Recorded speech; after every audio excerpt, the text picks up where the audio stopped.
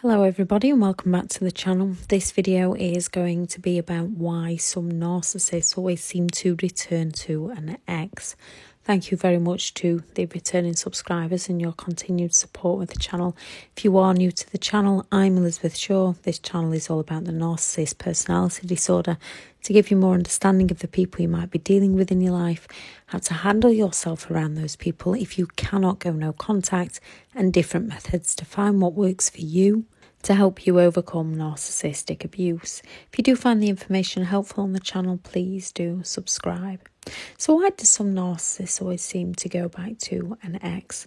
Often when we think back to when you first met the narcissist, they most likely sold you so many stories about how badly the ex treated them, how the ex was so ungrateful, pulling the ex down in any way they can. If the narcissist moved on to someone new, that's exactly what they're saying about you to the new. Everything they did to you, they're always telling others that you did it to them. They are always twisting the story by playing the victim to gain supporters and gain sympathy, or playing the hero to gain supporters and gain admiration. They are never the villain, as in their own minds, whatever they do wrong is always someone else's fault, often why they paint the ex in such a negative light. Narcissists like to rewrite history to escape accountability, to avoid any feelings of shame or remorse. They lack the ability to reflect, and they lack the empathy towards others. With their black and white, good or bad thinking means once they've made their stories up, those are their truths. That is then their reality. And more often than not, when a narcissist tells that many lies, the line blurs between a fact and a fiction, and their reality often becomes the lies that they are telling.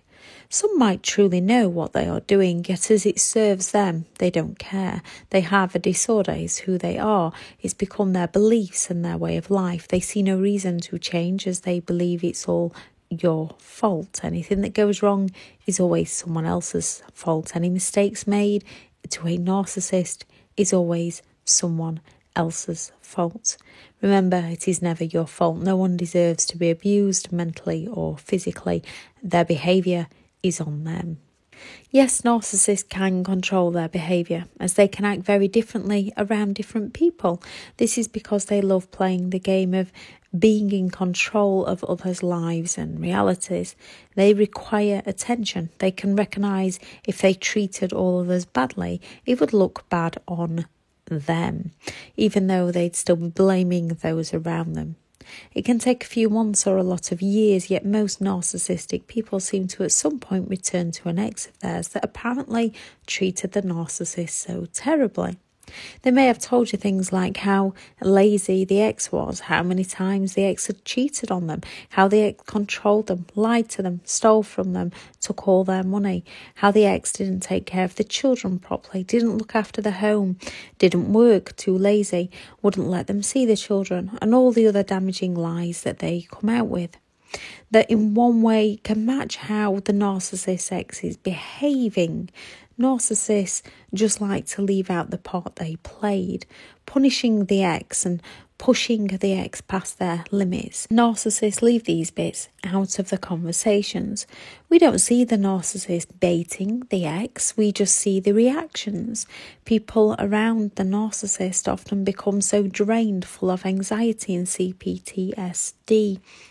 People around them often end up being unable to cope with day-to-day life, as the narcissist sucks everything out of them and leaves an empty shell of their former self behind. The narcissist then twists this to their advantage and their truths. So if they said the ex took all their money, the narcissist most likely spent all the money on some form of addiction. The narcissist financially abused the ex, took the ex's money, leaving the ex with none to give the narcissist. Then the narcissist believes the ex stole from them, as the ex could no longer provide for the narcissist because the narcissist has already drained it all from them. As a narcissist thinks they're entitled, they don't see what the ex did do for them. They just exaggerate what the ex didn't do. If the narcissist said the ex didn't look after the home, the narcissist most likely drained the ex emotionally, physically, and financially, leaving the ex an empty, drained shell of their former selves with anxiety and depression, so they no longer had the ability to look after the home. The narcissist will not reflect to see how they've caused this, only that the ex was no longer meeting the narcissist's needs. If they say the ex will not allow them to see the children, the ex most likely had stopped contact due to all the counter-parenting the narcissist throws and is trying to safeguard the children's emotional health. All the letdowns of not collecting the children being full of anxiety, and the ex trying to protect the children plays into the narcissist's hands. As a narcissist believes they should be in control, they don't believe they make mistakes. They believe that's someone else's fault. They believe that the children are their property and that they should be allowed to pick and choose what they do with them and when they do it.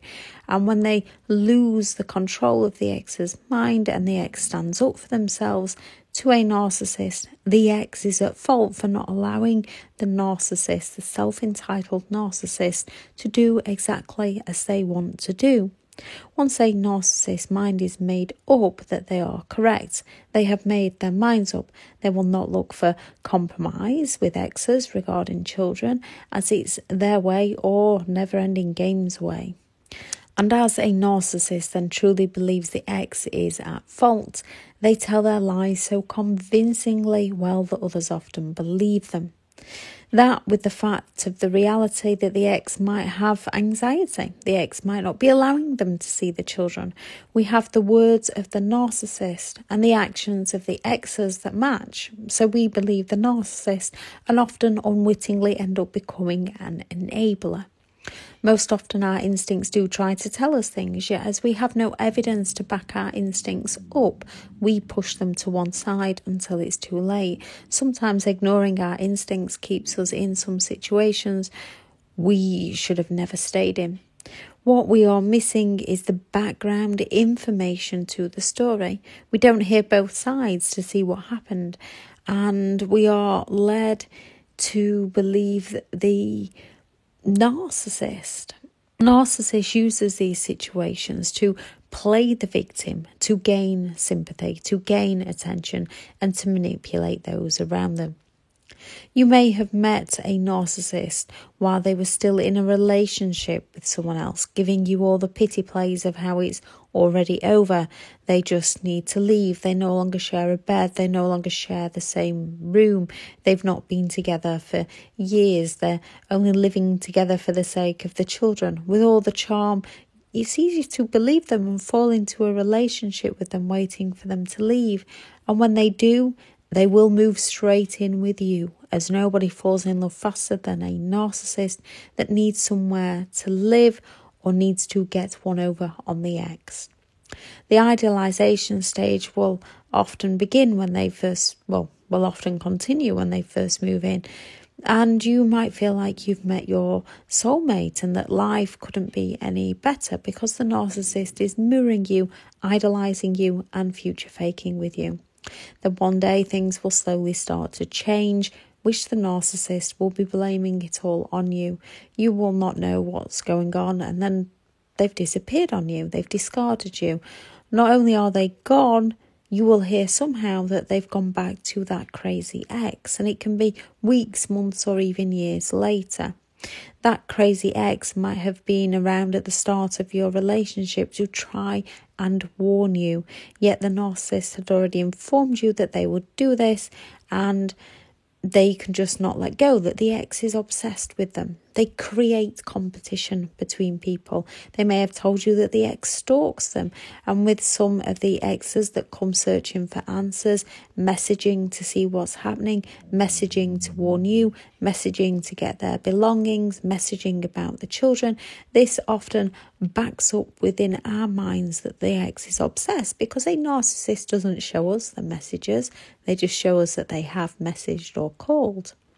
Again, we are left with the narcissist's words and the ex's actions, yet we don't have the knowledge as to why the ex is acting the way they are due to no closure and never-ending smear campaigns from the narcissist. They just wanted to be heard, have understanding and find closure so that they could move on. When they go back to an ex, if you ask them why, you'll get answers like, you made me realise how much I love them, or they've promised to change, the children deserve an opportunity to be a family.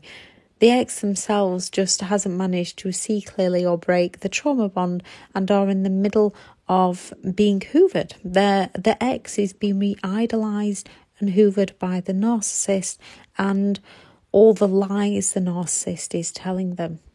You might have even tried to get the narcissist to come back to you through the trauma bond, and you will probably at some point have been that crazy ex to another person that the narcissist went back to. When they say things like, I realised how much I love them, what they mean is they remember the ex giving them more attention than what you are at present. However, the narcissist is really enjoying the attention they're getting from the both of you. A narcissist will triangulate you both while you both allow this, with both of you wanting the narcissist and trying to win them back.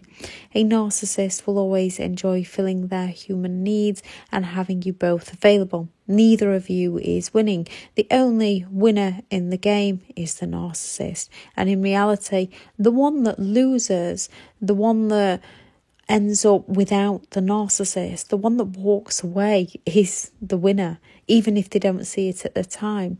The one that ends up with the narcissist loses in the long run. The only way to win is to walk away and save yourself, learning that you definitely do not deserve to be treated this way. You are worth so much more. You are enough. You do deserve better.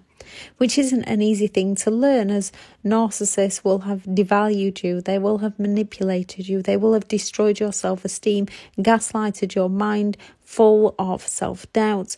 So you struggle to even believe in yourself, you struggle to raise yourself up, but you are enough and you are worthy and you do deserve better. Some narcissists want to try and let you down gently and kindly. This isn't to care about your feelings. This isn't so they don't just disappear in you. This is because they want to have the both of you. They want you as backup supply.